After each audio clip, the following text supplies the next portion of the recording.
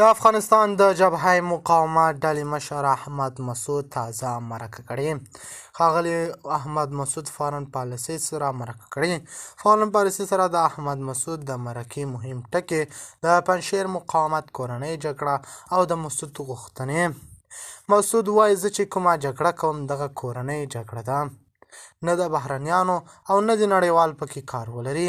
غواړم له طالبانو سره د خبرو میز ته کښېنم او موږ ته دې په ټیټه سترګه څوک نه ګوري. د خرابات ټي وي چینل درنو لیدونکو سلام، ستړي مشئ، وخت مو بخیر. هیله لرم چې جوړ او روغ به یې. په سر کې یادونه کوم که خرابات ټي وي چینل مو نه وي سبسکرایب کړی، په درنښت سره خرابات ټي وي چینل سبسکرایب کړئ.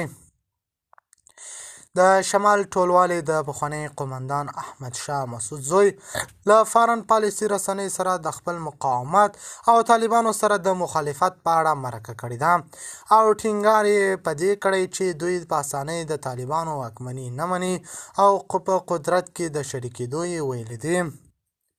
احمد مسعود ویلي چې د جګړې پلان نه لري او که چیرې جګړه پیل کړي نو دا به کورنۍ جګړه وي او د نوموړي په وینا چې جګړه به پرې تپل شوې وي. مسعود وایي چې ټولو قومونو ته په واک کې برخه ورکول شوه، د سیاسي واک مساوي ویش، عدالت منځته راوړل شو او د خلکو د حقونو خوندي کول یې بنسټیزې غوښتنې دي. نوموړی ګواښ کوي چې که چیرې طالبانو سره د خبرو له لارې هوکړې ته ونه رسېږي نو دی او خلک یې طالبانو ته په پنجشیر ته نه تسلیمېدو او جګړه به وکړي. احمد مسعود ویلي دي موږ ته دې په کمه سترګه نه ګوري، که موږ غلي یو نو جګړې ته اوس هم دوام ورکولی شم.